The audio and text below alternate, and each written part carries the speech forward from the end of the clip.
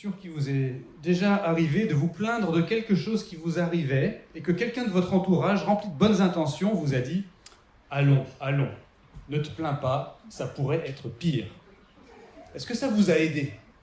Pas sûr. Moi, je suis le grand spécialiste de cette approche, en fait. Demandez à Suzanne, mon épouse, depuis presque 20 ans qu'on est mariés, combien de fois elle m'a entendu dire « Allons, chérie, c'est pas si grave. On a déjà de la chance d'être en vie, d'avoir un logement et de quoi se nourrir. Franchement, ce problème-là, c'est un problème de riche. On ne devrait pas se plaindre. » Et il me semble que jamais Suzanne ne m'a répondu « Oh, merci mon chéri, tu as vraiment su trouver les mots pour me consoler et me rassurer. »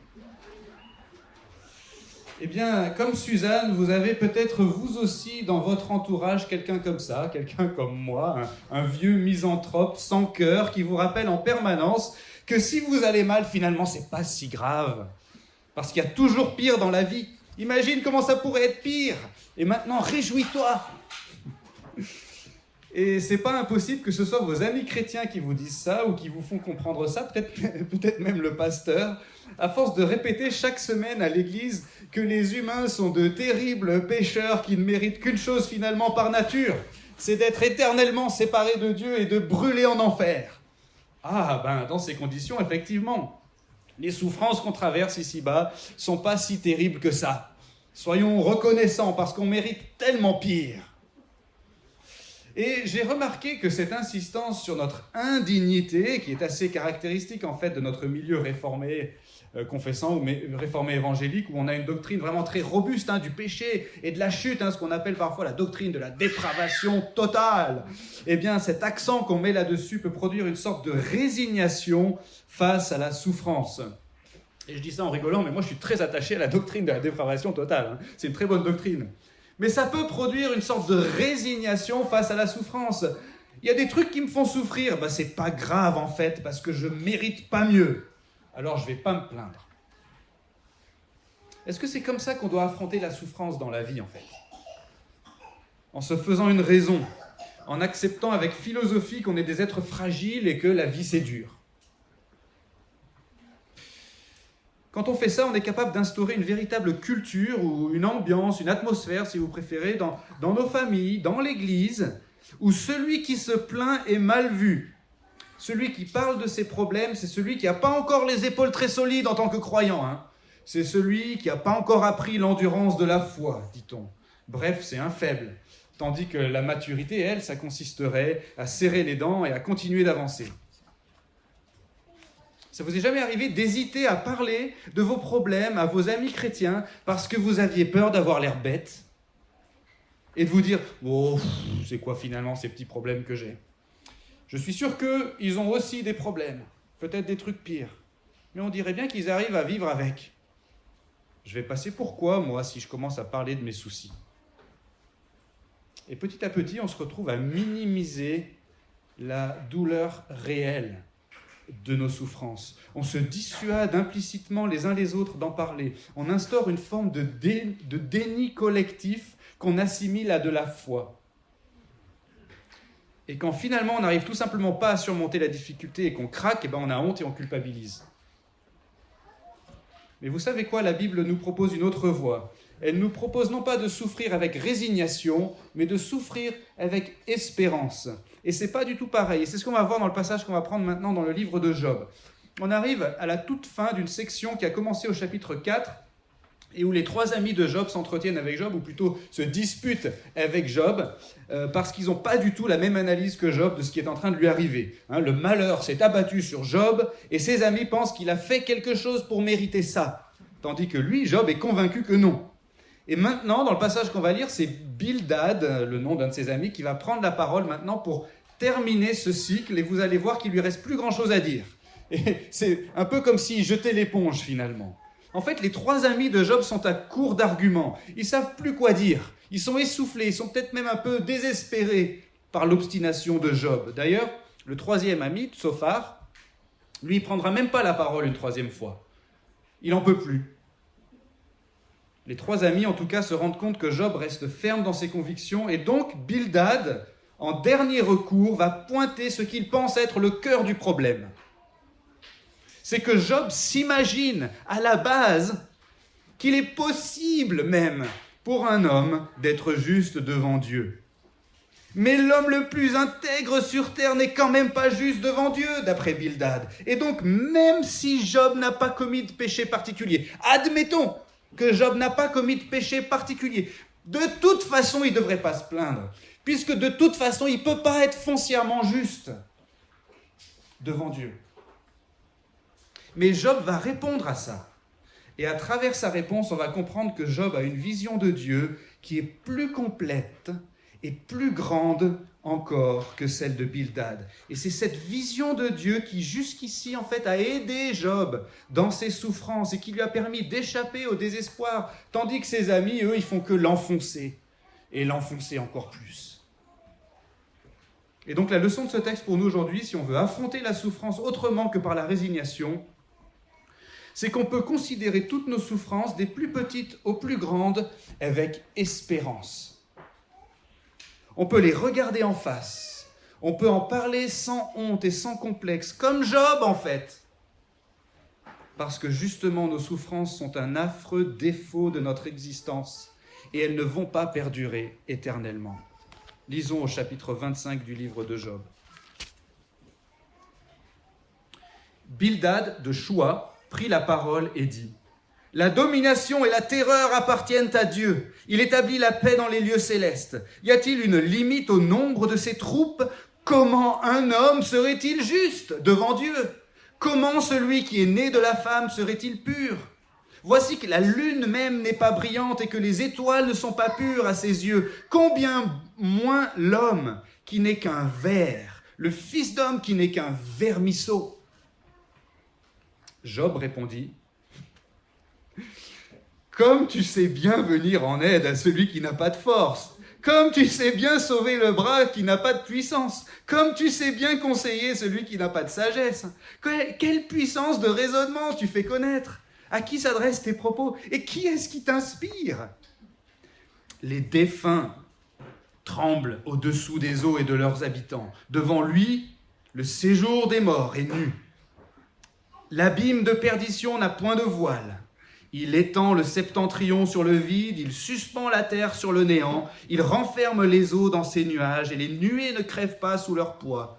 Il couvre la face de son trône, il déploie sur lui sa nuée. Il a tracé un cercle à la surface des eaux, jusqu'à la limite entre la lumière et les ténèbres. Les colonnes du ciel s'ébranlent et s'étonnent à sa menace.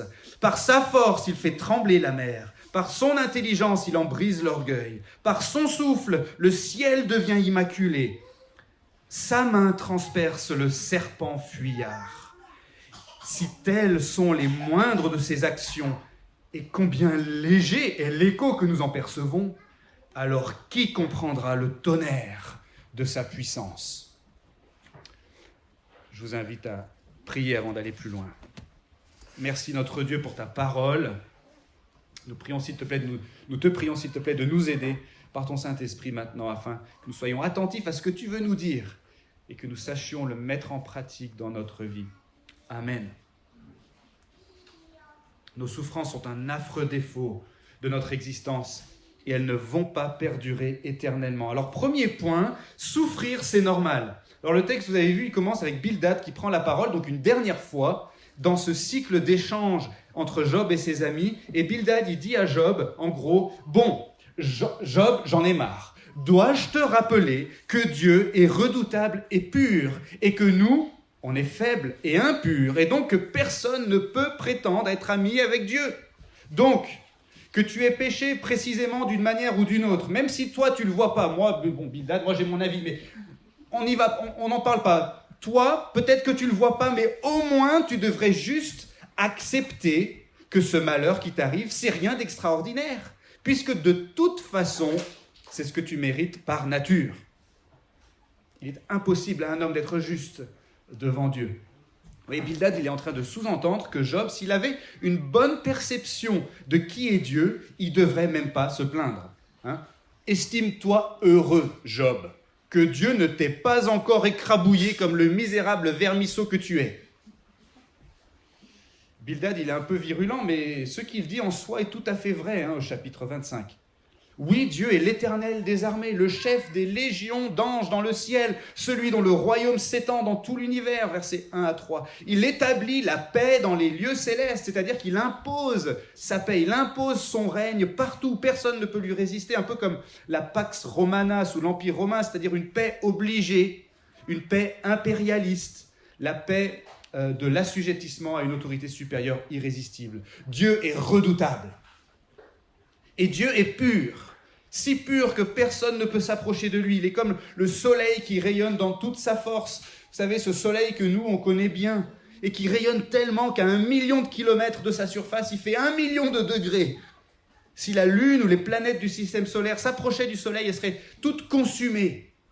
Mais si le soleil, lui, s'approchait de Dieu, c'est le soleil qui serait englouti et qui disparaîtrait. Même les étoiles ne sont pas pures aux yeux de Dieu, dit Bildad au verset 5, et il a raison. Et qu'est-ce qu'on est, nous, les humains, comparés à Dieu? Des vermisseaux, des larves, des petits asticots, au verset 6. Et donc, quelle est la logique de Bildad? C'est que si on est des humains imparfaits, qui vivons en présence d'un Dieu parfait, ça va être compliqué. On va souffrir. Et c'est parfaitement logique ou normal, parce qu'on ne peut pas se prévaloir d'autre chose devant un Dieu si redoutable et pur. C'est un peu comme quand on veut apprendre à jouer du violoncelle. C'est normal que ce soit dur. On veut jouer les suites pour violoncelle de Jean-Sébastien Bach qui sont si redoutables et pures, mais nous, on n'est pas à la hauteur. Alors on s'y met, mais ça va être dur. Et il va falloir souffrir pour y arriver. C'est comme quand on dit, si on veut être beau, il faut souffrir. Ou encore, il faut souffrir pour réussir dans la vie. Bildad, il est en train de dire, il faut souffrir pour exister en tant qu'humain. Job, en admettant même que tu n'aies rien fait de particulièrement grave pour mériter spécifiquement ce malheur, de toute façon, en tant que misérable vermisseau devant Dieu, qu'est-ce que tu croyais, Job? Alors ce qui est drôle, c'est qu'après avoir dit ça, Bildad, il ne dit plus rien. Et aucun de ses amis ne dit plus rien non plus. Peut-être parce qu'en disant ça, il se rend compte que lui aussi, puisqu'il est un être humain, logiquement, lui aussi est un misérable vermisseau qui ne peut pas être juste devant Dieu. Et donc son discours finit un peu en eau de boudin, vous voyez. Bildad se rend peut-être compte que selon sa logique, ce qui arrive à Job pourrait aussi bien lui arriver à lui. Involontairement, Bildad s'est mis sur un pied d'égalité avec Job. En tout cas, dans un sens, Bildad a raison. Et ce que Bildad dit, Job le sait déjà.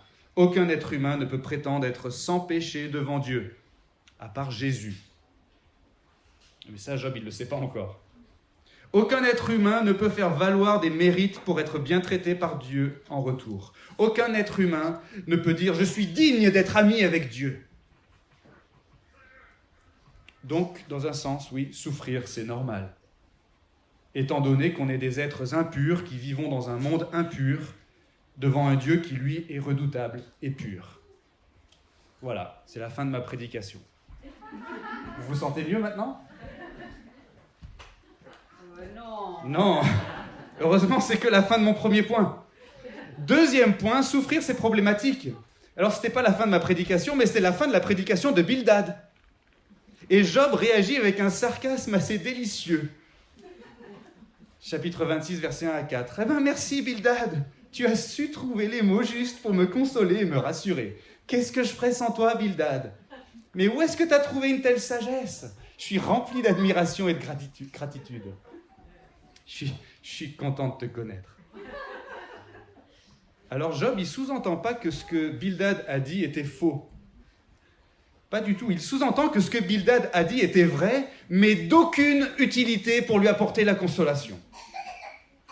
Oui, c'est vrai qu'aucun homme n'est foncièrement juste devant Dieu, que personne ne peut prétendre être digne d'être ami avec Dieu, et donc que la vie c'est dur, souffrir c'est normal, ça fait partie de notre condition, et après.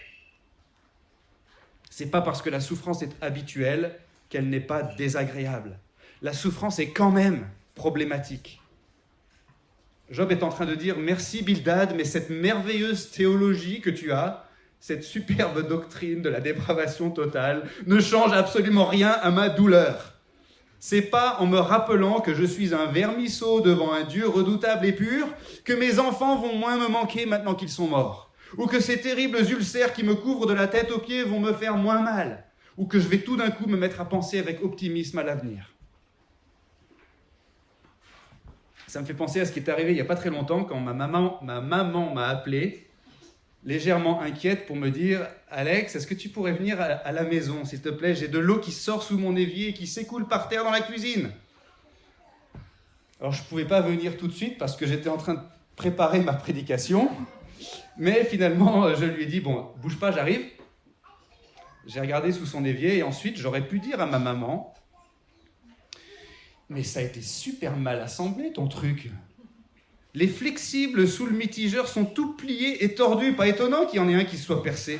En plus, la vanne pour couper l'alimentation d'eau est défectueuse. Donc même quand on éteint, il y a encore de l'eau qui arrive dans le circuit. C'est vraiment mal fichu. Et puis franchement, ce mitigeur, regarde comme il est tout abîmé. Il a vraiment fait son temps. Voilà, de rien. Au revoir. » Alors j'aurais peut-être dit plein de trucs tout à fait vrais, mais ça aurait aidé ma maman en rien. C'est pas en décrivant le problème ou en l'expliquant ou en philosophant sur le problème que le problème va disparaître ou qu'il va devenir moins un problème. Il y a toujours de l'eau qui va s'écouler par terre dans la cuisine et ça va toujours être aussi embêtant, peut-être même dangereux. De la même façon, on peut tout à fait reconnaître que ce que dit Bildad est vrai et quand même désirer plus. On peut reconnaître qu'on est des vermisseaux comparés à Dieu et qu'on n'est pas digne d'être amis avec lui et quand même déplorer le malheur quand il survient dans notre vie. Parce que ça fait mal tout simplement le malheur. La souffrance, ça fait mal. Oui, la vie c'est dur, je comprends pourquoi c'est dur et ça me dérange au plus profond de moi-même. C'est pas parce que souffrir c'est normal que souffrir c'est banal. Et ce qu'on a constaté chez Job depuis le début de ce récit, c'est que Job n'a pas peur de se lamenter.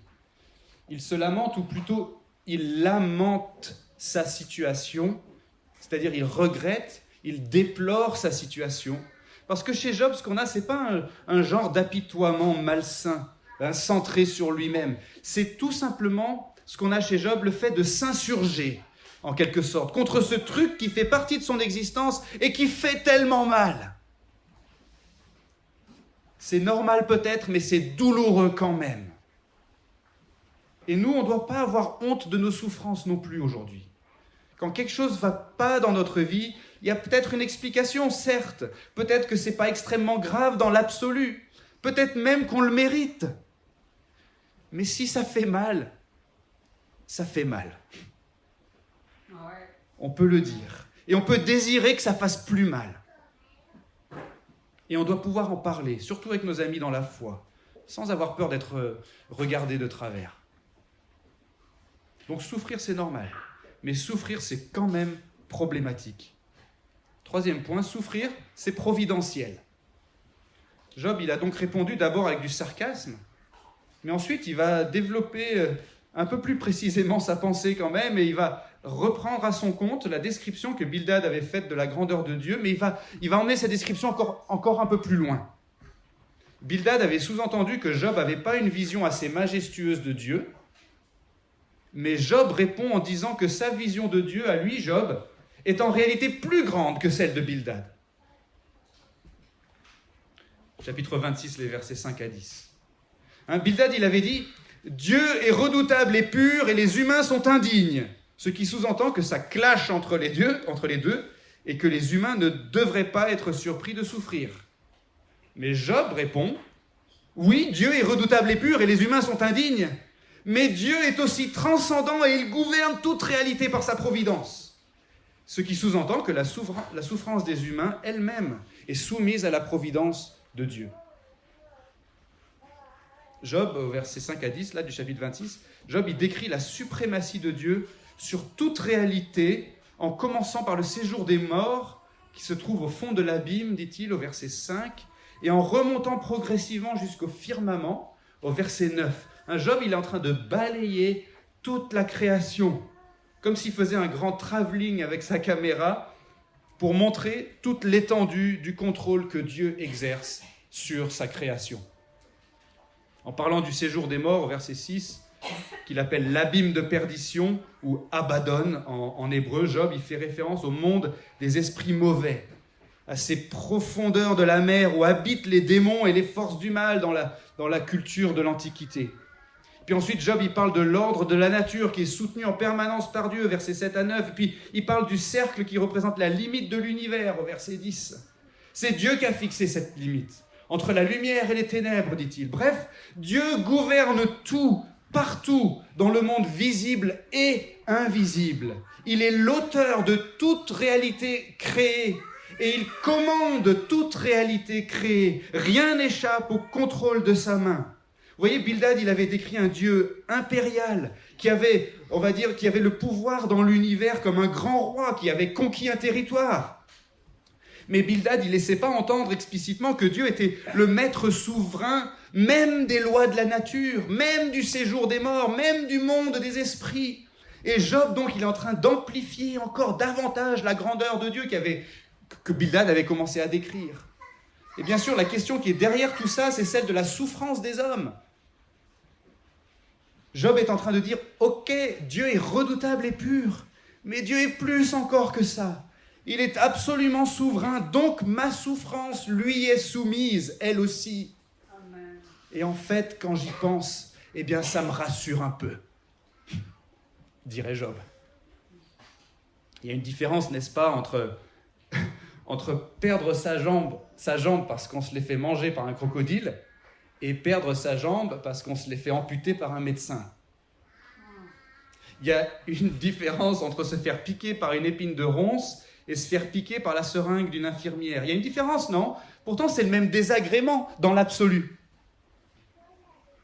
Quand vous êtes allongé sur la table d'examen d'un bon médecin, je ne parle pas d'un mauvais médecin, mais d'un bon médecin, comme ceux qui viennent à l'église Lyon-Gerland, et quand ce médecin vous dit « Attention, ça va piquer un peu », ou bien « Attention, ça va être désagréable, mais c'est nécessaire », vous savez alors intérieurement que cette douleur est gouvernée par un spécialiste. Et ça change quelque chose à votre perception de la douleur. Ça ne la rend pas moins forte, hein, mais ça peut vous aider à la traverser avec plus d'optimisme. Ouais, amen.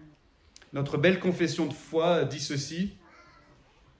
Dieu, le grand créateur de toute réalité, soutient, dirige, emploie et gouverne toutes les créatures, actions et choses, des plus grandes aux plus petites, par sa très sage et sainte providence.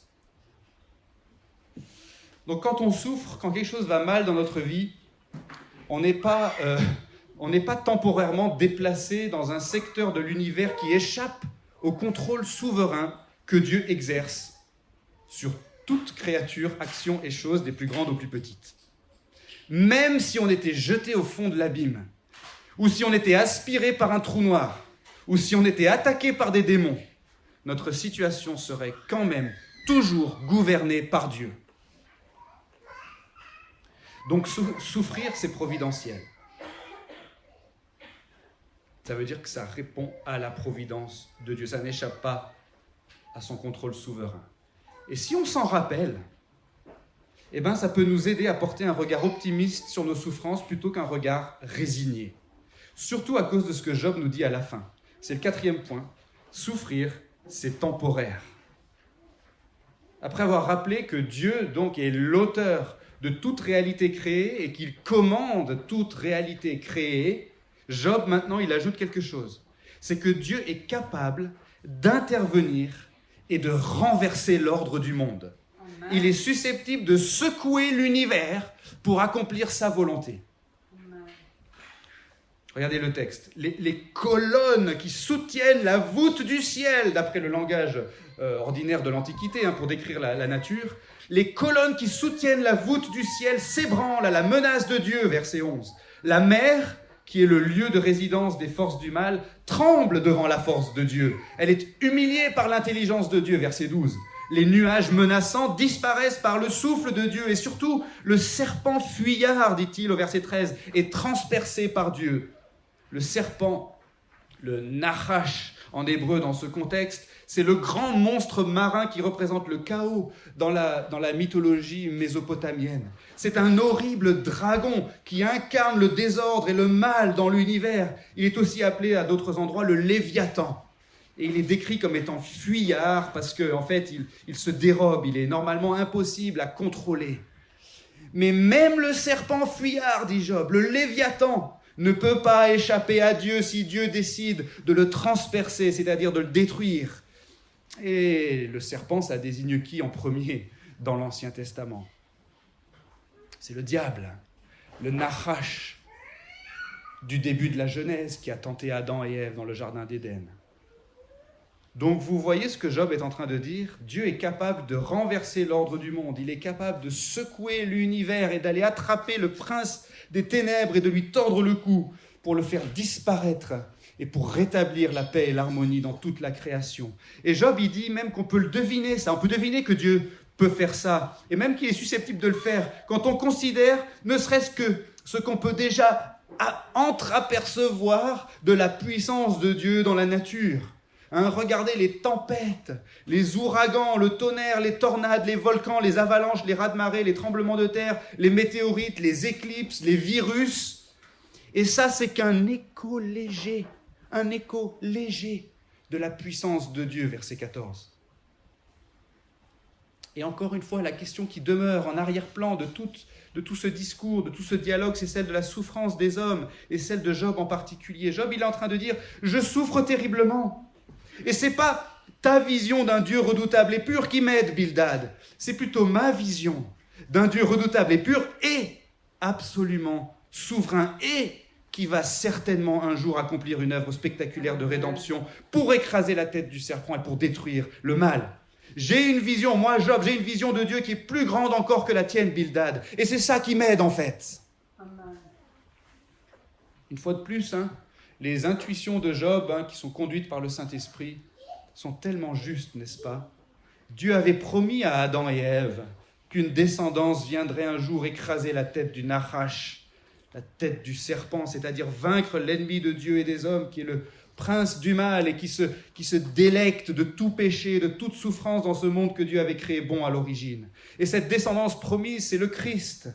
C'est Jésus qui est né sans péché, exprès pour porter les péchés des croyants sur la croix, où il s'est donné volontairement en sacrifice ou en rançon, si vous préférez, pour désarmer le diable. Vous voyez, Satan, il se frottait les mains, si j'ose dire, parce qu'il avait mis les humains dans la situation que Bildad a décrite.